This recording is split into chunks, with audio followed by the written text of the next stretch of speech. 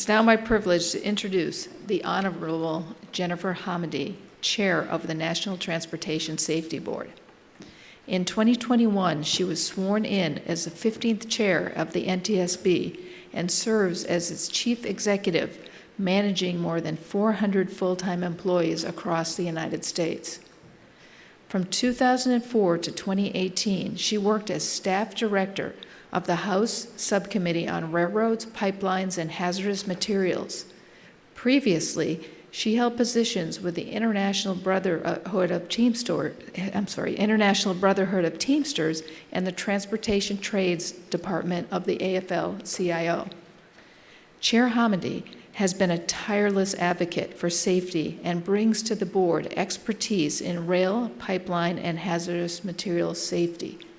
Additionally, she has completed her private pilot written ground school and is currently completing the requirements to obtain her private pilot license. Our union appreciates Chair Homendy's dedication to the aviation community demonstrated by the NTSB Roundtable on Mental Health last December, and recognition of FedEx Express Flight 1432, the crew thereof, to avert disaster during the NTSB's board meeting on their near-miss event, as well as the recent public hearing on Alaska Flight 1282, the accident. Please give a warm welcome to our special guest, the Honorable Jennifer Homendy.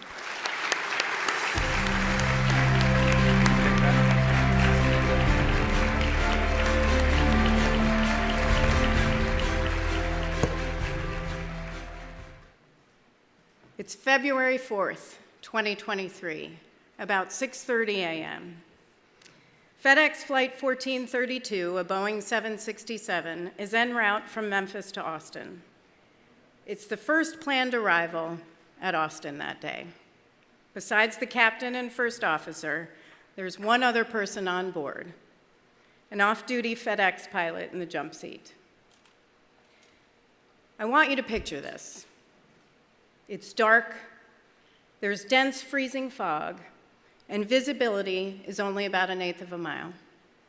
At 6:34 a.m., the crew contacts the local controller at Austin to report that they're on a Cat 3 approach to runway 18 left. The controller clears FedEx to land, and they acknowledge. For those who aren't pilots, and there's maybe 4 or 5 of us in here, but hopefully there are others online, on a Cat 3 approach, the crew only needs to focus on what's going on inside the cockpit, on the instruments. They don't need to look outside for the airplane to land. It would be unusual to do that. They don't even need to be able to see the runway. They can't anyway because of low visibility. They can't even see the runway lights. The first officer can only see a glow through the fog.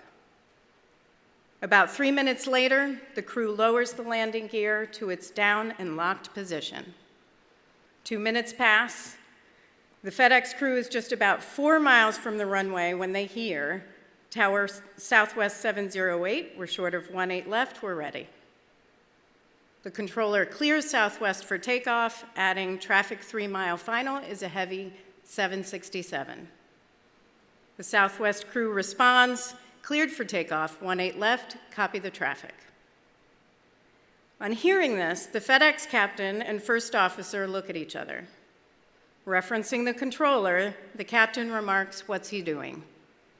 He then asks the first officer to contact the tower and confirm their clearance. A few seconds later, "That's affirmative, 18 left, you are cleared to land. Traffic departing prior to your arrival is a 737. The FedEx crew acknowledges. They're 2 miles out. Their altitude is 650 feet above ground level and descending. 30 seconds later, when they're less than a mile out on final, the FedEx crew hears the controller ask Southwest to confirm they're on the roll. Southwest replies, "Rolling now." The word "now" alarms both FedEx crew, whose altitude is now just 300 feet. The FedEx first officer becomes increasingly concerned about the location of Southwest 708 because he thinks they sound strained on the radio. Instinctively, he starts looking outside more frequently, glancing in, glancing out. At 150 feet, he sees a white light that did not match the runway lighting. It quickly morphs into a silhouette of the left wing of the Southwest airplane. He immediately calls for a go-around 3 times. Go around, go around, go around. The captain never hesitates. He does exactly what the first officer calls for. Knowing that Southwest is rolling down the runway, the FedEx first officer radios Southwest abort. 3 seconds later, FedEx is on the go. Another 3 seconds pass. The separation between FedEx 1432 and Southwest 708 is just 160 feet. That's less than the length of the FedEx plane, which, as you recall, is a 767. After another 10 seconds, the controller responds to FedEx abort, instructing Southwest to turn right when able. Why? Because the controller thinks Southwest is still on the runway, when in actuality, Southwest's main gear is lifting off the runway. The FedEx crew continues to climb and Southwest continues to accelerate, both of which increase separation. Also important are the actions of the Southwest first officer to decrease the 737's rate of climb in response to the traffic advisory, which he credits to his military training. FedEx 1432 circles left and lands on runway 18 left without further incident. Southwest 708 continues to Cancun. 11 days later, the FedEx captain told us he thought the first officer did a phenomenal job, adding, "I'm thankful for him, and I can't say enough good things about him and the job he did that day." The first officer's account. When I said go around, go around, go around, the captain didn't hesitate. He immediately did it, and that's exactly the way it's trained and talked about in all of our refresher and recurrent trainings that I've been through. And he didn't ask why until we were already climbing away from the ground, so I want to credit that as well. So it's not just me, there were 2 of us there, and it made a difference. There were 2 of us there, and it made a difference. From our final report, the quick reaction of the FedEx first officer after seeing the Southwest airplane and the quick response of the FedEx captain in performing a missed approach avoided a potential runway collision. In other words, 2 experienced, well-trained pilots in the cockpit on that dark, foggy February morning saved 131 lives.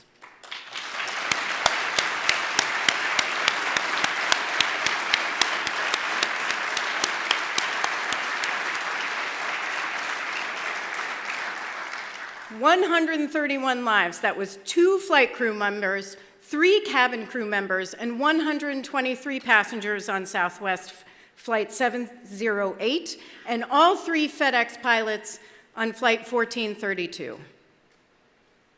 Captain Carvajal and First Officer Bradeen, I want to commend you once again for your truly heroic actions and for your professionalism. I also want to congratulate you, as I know you're going to be recognized tonight for the ALPA's Superior Airmanship Award, along with Emily Whiprud, who was in the right seat of Alaska Airlines 1282. So congratulations in advance.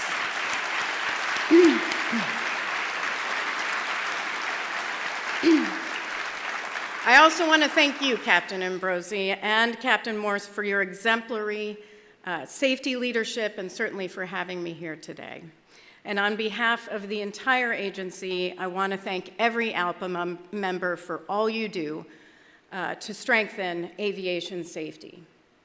For years, you've sounded the alarm on the safety consequences of not having 2 highly qualified pilots on the flight deck. Fortunately, it's the law of the land, as Mike Whitaker said yesterday. And as Austin clearly demonstrates, it saves lives. Even so, some want to change it. pointing to incidents that weren't prevented with 2 pilots in the cockpit. To them I say, imagine how much worse that incident could have been, would have been, with just 1 pilot. Redundancy is at the heart of our aviation safety record.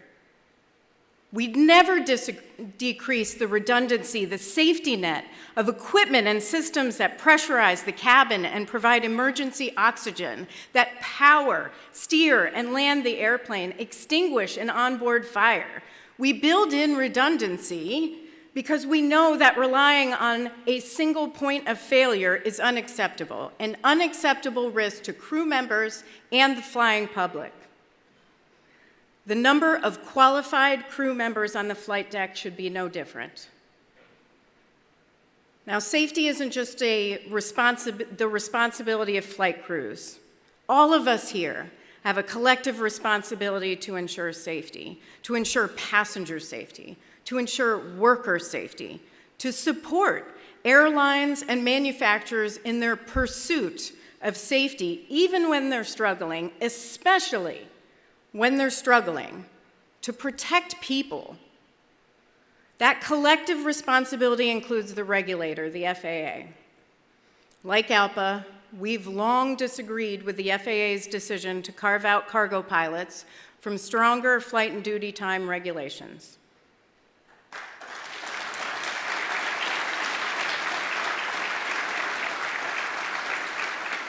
Fatigue doesn't discriminate. Fatigue doesn't care if you're transporting people or if you're transporting goods, often life-saving goods, medical supplies, medical devices, and vaccines in the most critical of times, the worst of times.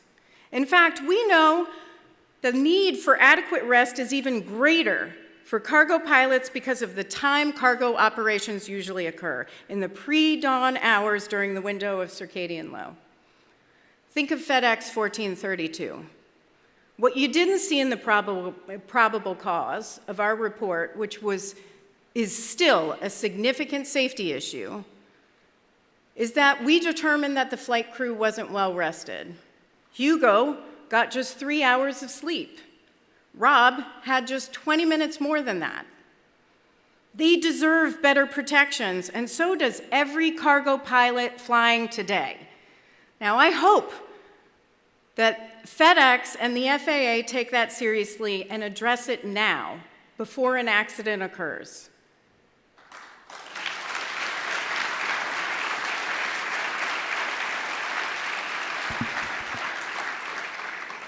Three decades ago in 1994, we recommended that the FAA update flight and duty time regulations and incorporate the results of the latest research on fatigue and sleep issues. A year later, on February 16, 1995, a ferry flight operated by Air Transport International was destroyed by ground impact and fire during an attempted takeoff at Kansas City International. All 3 flight crew members were killed. All 3 were fatigued. Again, we found that the FAA's flight and duty time regulations were inadequate. And again, we recommended that the FAA revise them within 1 year. That was 1995.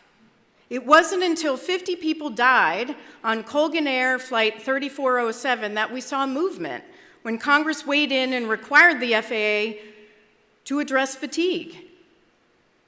A working group was formed. They developed recommendations to strengthen safety for both passenger crews and cargo crews. Those recommendations were incorporated into a notice of proposed rulemaking, but in 2012, when the final rule was issued, we were shocked to learn that cargo pilots were excluded. The final rule was a huge safety win for pilots on passenger planes, but a significant loss for cargo pilots who remain to this day under the same rules that the NTSB has begged the FAA to update for nearly 3 decades. I heard it the other day, I continue to hear that cost is the issue. Cost. That message That message to cargo pilots is as follows. It sends this message, that cargo pilots, that their lives are expendable, that somehow they're less valuable, less meaningful than the lives of passenger pilots. That's the message. At the NTSB, we think your lives are priceless. We don't put a price tag on your life. In 2013, we sent a letter to the FAA expressing our concerns about the cargo carve-out. 2 weeks later, UPS Flight 1354 crashed in Birmingham, Alabama. The captain and first officer were killed. Both were fatigued. Despite that, FAA's rule went into effect just 5 months later with the cargo carve-out intact. There's been no movement since. Now, every time I come to this air safety forum, or every time I talk about the cargo carve-out, somebody pulls me aside and says, well, what about the benefits of fatigue management plans? Those were also required in the 2010 Act. We support fatigue management plans, but not in lieu of safety standards. I'll also hear about all the great things that industry and labor have done on fatigue through collective bargaining, sometimes exceeding federal regulations, which I applaud. I encourage. But not everyone is covered by a collective bargaining agreement. And frankly, you shouldn't need a collective bargaining agreement to be safe. Collective bargaining agreements are for wages and working conditions. They are not for safety. They should not be. Because what that means is that the union somewhere in negotiations was faced with an untenable choice: better pay or ensuring workers get home safely to their families. Better pay or safety. Safety is not negotiable. Safety is not negotiable.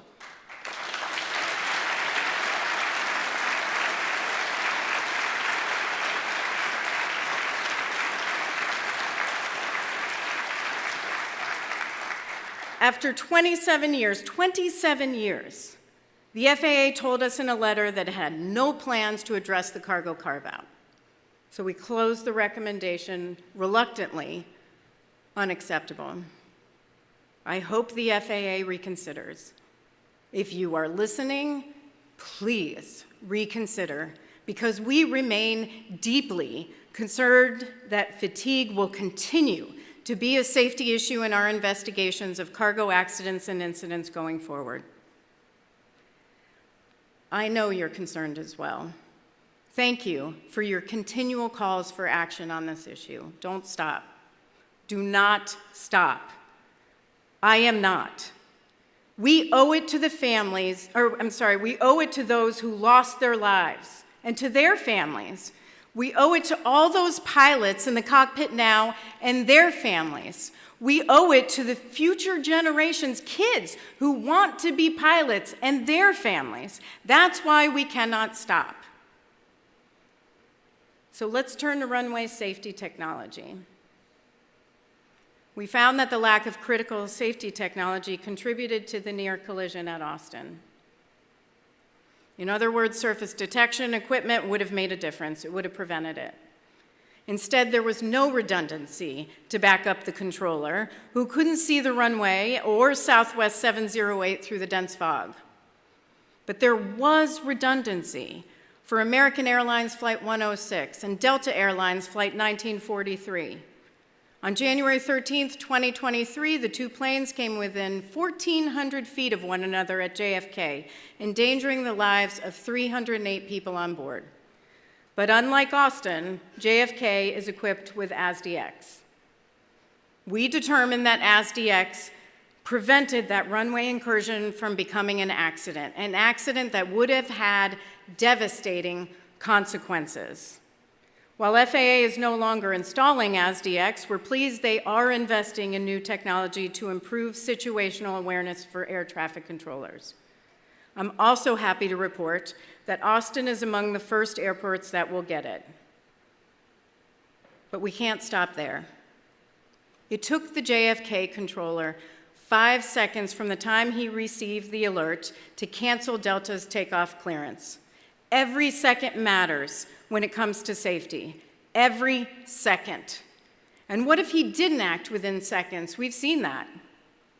That's why for 24 years, we've also recommended that the FAA require the industry to install technology in the cockpit that directly warns flight crews of traffic on a runway or taxiway and traffic on approach to land.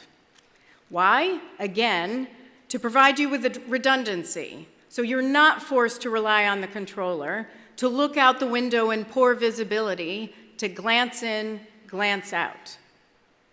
The FAA has had well over 2 decades to act, but hasn't, which is why these recommendations are classified as open unacceptable. Austin and JFK are just 2 recent examples, but they're not the only close calls we're investigating.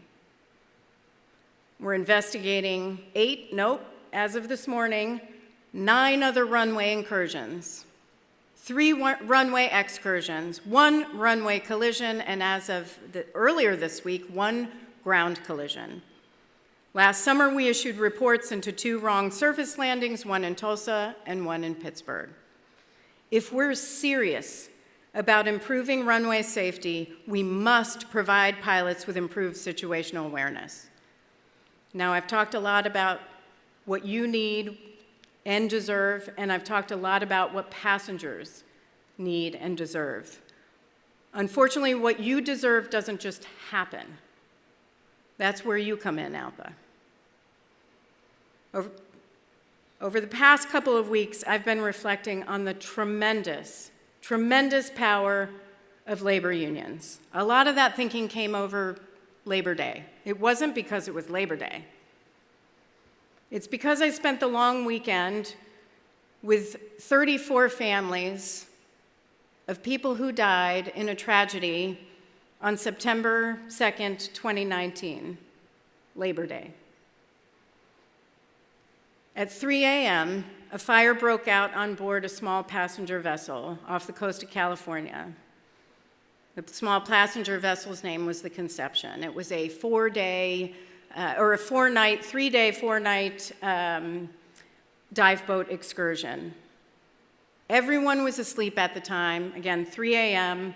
There were 5 crew members in the wheelhouse asleep, 33 passengers, and 1 crew member was asleep in the bunk room below the main deck.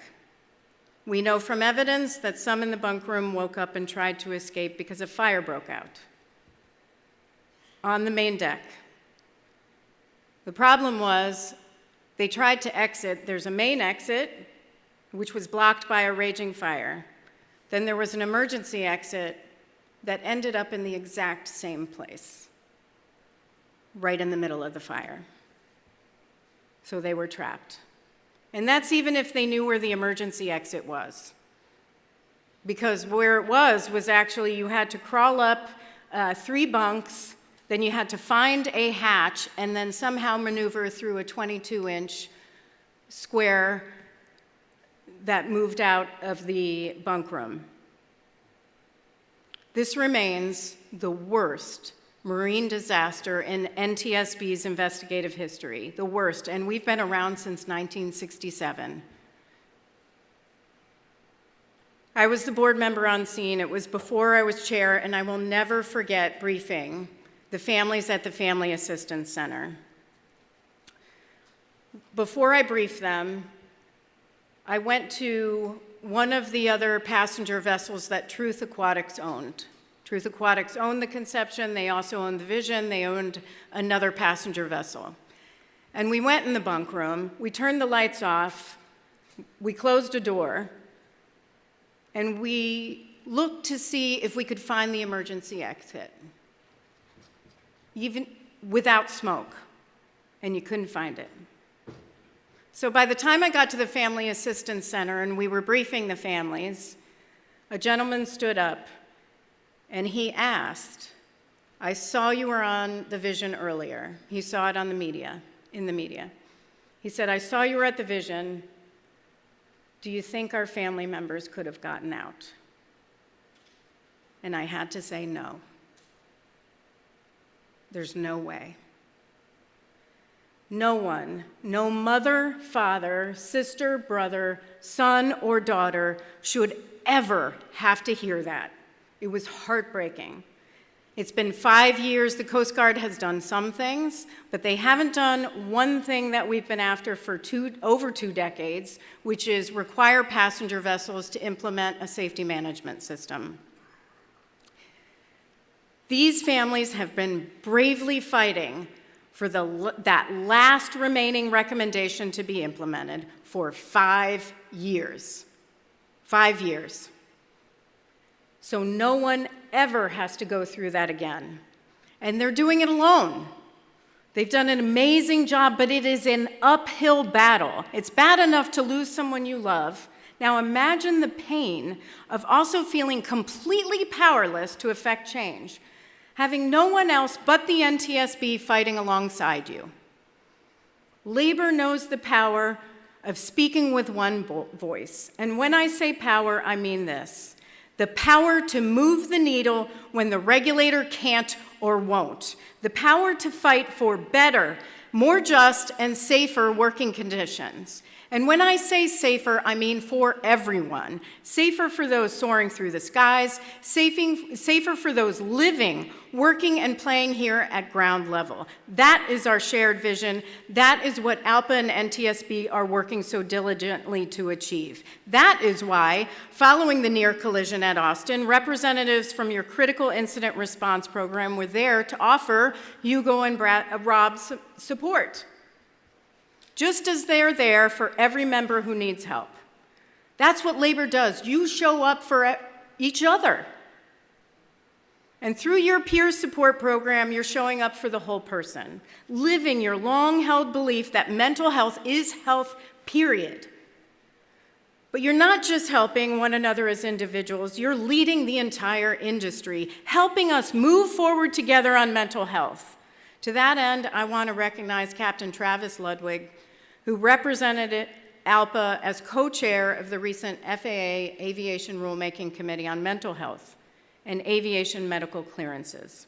We had observer status on the ARC, so we know that Travis played an important role in helping the committee understand the airline pilot's perspective, not to mention helping the committee finish that report within 3 short months. That report echoes what ALPA and so many others have been saying for a long time, all of which were raised at the NTSB's Mental Health Roundtable I hosted last year. Addressing stigma, removing barriers that prevent people from seeking help, commercial pilots, GA pilots, student pilots, who often don't have peer support programs, kids who dream of a life or career in aviation, air traffic controllers, making sure those who do seek treatment aren't punished by a broken bureaucracy with long, costly, invasive, and often unnecessary delays.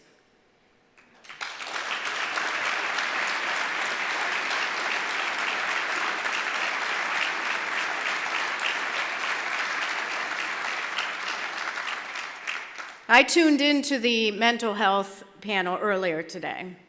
You did a great job. But the FAA is now determining how to define talk therapy? Come on. You know, obviously this is an issue I am passionate about. I am, because there isn't a single one of us that hasn't gone through a difficult time. Divorce, loss of a loved one, financial stress, work stress, aging parents, parenthood. You should be able to see a counselor without reporting that to the FAA, which is one of the ARC's recommendations. All talk therapy should be exempt from disclosure. And we're working on a definition of talk therapy? I hear this all the time. Well, they can go to therapy as long as there's not a diagnosis. Well, guess what? The second the therapist files for insurance, there's a diagnosis. How do you code that? A lot of times in marriage counseling, it's mental distress. So all too often, pilots are faced with a choice that no one should ever have to make. their lives or their livelihoods. The next generation, my daughter's generation, they're not going to accept the status quo, and they shouldn't have to. In March, the ARC finished its work. They evaluated the barriers that pilots and controllers face when confronting mental health challenges and issued 24 recommendations and said all of them had to be implemented, not just a few of them, all of them, to fully overcome those barriers. And now we need action on all the recommendations. What we don't need is another report that sits on a shelf. So we must continue to fight for change together. 2 well-trained pilots, adequate rest requirements for all, transforming our industry's approach to mental health, fighting to implement life-saving technologies, and ensuring new technologies do what they're supposed to, which is to supplement trained aviation professionals, not supplant their expertise and judgment. ALPA has been at the center of each of these safety issues and far, far more. I'll leave you with this. I am with you. I'm with you. The NTSB is with you. And we are not going back on safety. We're not. We're not going back to February 12, 2009, when inadequate pilot training and fatigue contributed to the tragedy of Colgan Air Flight 3407, which crashed into a residence on approach to Buffalo, killing 50 people. We're not going back to May 11, 1996, when ValueJet Flight 592 crashed in the Florida Everglades because a shipper improperly prepared, packaged, labeled, and transported hazmat that caused a fire in the cargo compartment, killing 110 people on board.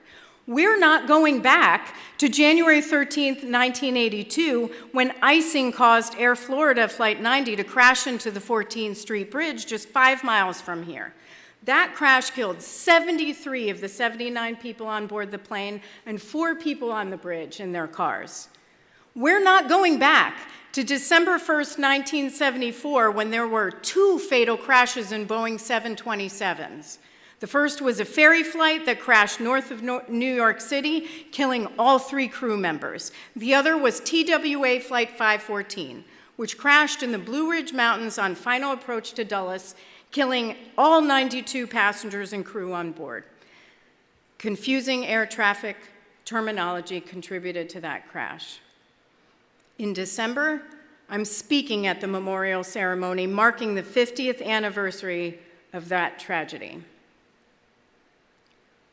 We remember so we don't forget those we lost.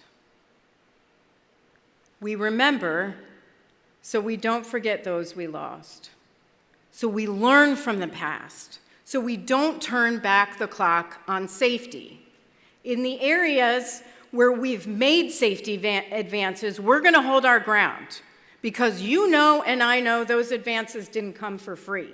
The cost was decades of struggle, thousands of safety investigations, and accidents and incidents in every corner of the world. Safety improvements we've gleaned by working together in the wake of far, far too many tragedies, improvements that came at a high cost, thousands of lives, family members, friends, colleagues, and saying enough.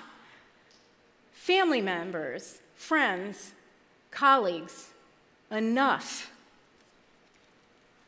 These safety gains have come from embracing zero as the only acceptable number of fatalities and injuries across our aviation system, across our entire transportation system. We are not going back on safety. You will not let that happen. We will not let that happen. Instead, we're going to keep moving forward. That's the theme of this, moving forward together. We're moving forward together on safety, arm in arm, in show of unity and solidarity that binds us. Solidarity not just with those who carry the same union card we do, but workers everywhere. I'm talking about our brothers and sisters across the labor movement, workers fighting to exercise their collective bargaining rights, about workers not yet in a union and who may never be. I'm talking about those who came before us, especially those who gave their life fighting for a better, safer future for all. We're all fighting for someone or someone's. For me, it's my grandfather. He would have loved this. He would have been very quiet in the front row, giving me a critique at the end. He worked at Fafner Bearing Company in New Britain, Connecticut. For 41 years, and this was his title, setup man. He set up machines that made roller bearings for aviation, for automobiles, and so on. And in his spare time, he delivered home heating oil, he fixed air conditioners, and he was a volunteer firefighter. My grandmother worked in an elementary school cafeteria. She served kids food. She didn't have a union. We can't all be perfect. But I was a union member. I was a proud member of Teamsters Local 70. Labor's in my DNA, and I suppose you could argue so is aviation. That's why I know the reason we're not going back. The reason we're going to keep moving forward together on safety is in large part because of ALPA. We can't do it alone, though. We need all of labor, all of industry, manufacturers, the GA pilot community, victim advocates, academia, researchers, students, the FAA, and the NTSB, all working together to improve safety. Together. Together. That's the only way we remain the world's gold standard for safety. That is how we keep from going back. That is how we keep from saving lives.